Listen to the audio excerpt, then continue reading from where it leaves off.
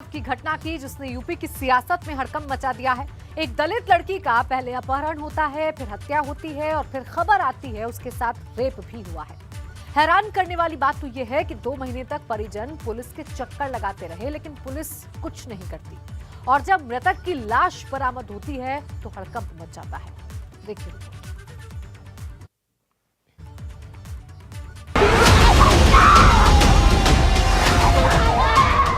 जब उसकी माँ उनसे गुहार लगा रही थी कि समाजवादी पार्टी के नेता के कारण से मेरी बेटी गायब है, तो मैं पूछना चाहता हूँ श्री अखिलेश यादव जी से, क्या यही नई सपा है?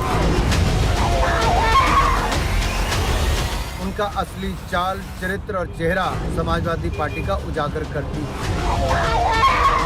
न वो समाजवादी पार्टी का सदस्य है, न समाजवादी पार्टी के संगठन में है। नई सपा नहीं, ये वही सपा है जो समाजवादी पार्टी के गुंडे अपराध करते थे और उनका संरक्षण किया जाता था। उन्नाव एक बार फिर चर्चा में है। दलित लड़की के अपहरण और हत्या को लेकर सूबे की राजनीति उबाल मार रही है। जहां इस मामले में भाजपा और बसपा सपा को घेर रही है, वहीं प्रदर्शन कर रहे परिजनों को समझाकर प्रशासन ने मृतक का अंतिम संस्कार करा दिया है। शासन चूंकि इस मामले को गंभीरता से ले रहा है, पल पल की जानकारी ले रहा है। जब युवती के परिवारजनों ने धरना प्रदर्शन शुरू किया और उन्होंने कहा कि धरना प्रदर्शन तब तक खत्म नहीं होगा जब तक मुख्यमंत्री योगी आदित्यनाथ यहाँ नहीं आ जाएंगे। जब उन्होंने ये मांग की, उसके बाद डीएम और एसपी यहाँ पर पहुंचे हैं मौके पर, उनको समझाया है। उनकी जो मांगे थी उस पर सहमति जताते हुए लिखित आश्वासन दिया है। गौरतलब है कि मृतक के परिजन अंतिम संस्कार के लिए तैयार नहीं थे।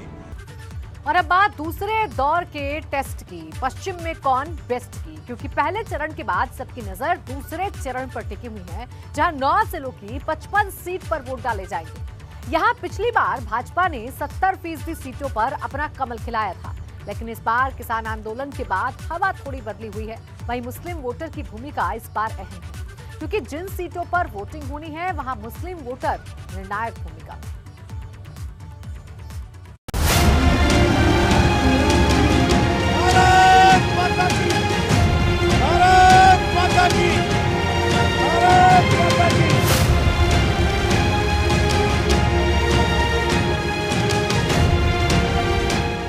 दूसरे चरण की लड़ाई महारथियों ने ताकत दिखाई। दूसरे दौर का टेस्ट, पश्चिम में कौन बेस्ट? मुस्लिम वोटर राजी, कौन जीतेगा दूसरे चरण की बाजी? पहले चरण के खत्म होते ही दूसरे चरण की लड़ाई शुरू हो गई है। 9 जिलों की 55 सीटों को जीतने के लिए सभी राजनीतिक दलों ने अपनी पूरी ताकत झोंक दी है। 14 फरवरी को 9 जिलों में वोट डाले जाएंगे।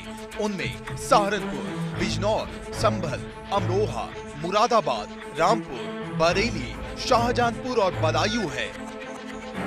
जहां राजनीतिक दलों के बड़े बड़े महारथी डेरा डाले हुए हैं।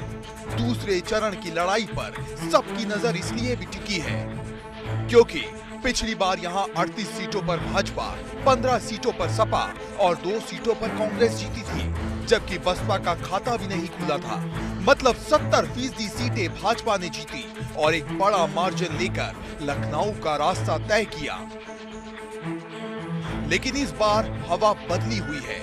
किसान आंदोलन के बाद जाटलैंड में खासी नाराजगी है, तो मुस्लिम वोट इस बार निर्णायक साबित होने वाला है, क्योंकि दूसरे चरण में कई जिले ऐसे हैं जहां मुस्लिमों की आबादी गेम चेंजर साबित हो सकती है। जैसे रामपुर में मुस्लिमों की आबादी 50% से ज्यादा है, मुरादाबाद में ये संख्या 47% के करीब है, तो बिजनौर में 43% मुस्लिम है, वहीं अमरोहा में 40%, तो बरेली में मुस्लिमों की संख्या 35% के आसपास है।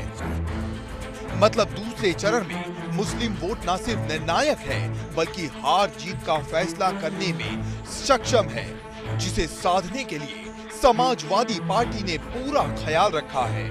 जैसे मुरादाबाद में समाजवादी पार्टी ने सभी 6 सीटों पर मुस्लिम उम्मीदवारों पर दांव खेला है। लेकिन बड़ा सवाल ये है कि क्या मुस्लिम बहुल्य इलाकों में मुस्लिम वोट जीत की गारंटी है? ये सवाल इसलिए है क्योंकि 2017 के चुनाव में भाजपा ने सहारनपुर की देवबंद सीट को जीत लिया था और सारे मिथक को तोड़ दिया था। लेकिन क्या ये 2022 के चुनाव में भी होगा या फिर मुसलमान गेम चेंजर साबित होंगे? क्योंकि जो जातिगत समीकरण को ठीक से बिठाएगा वही दूसरे चरण का टेस्ट पास करेगा। Bureau report, ABP Ganga.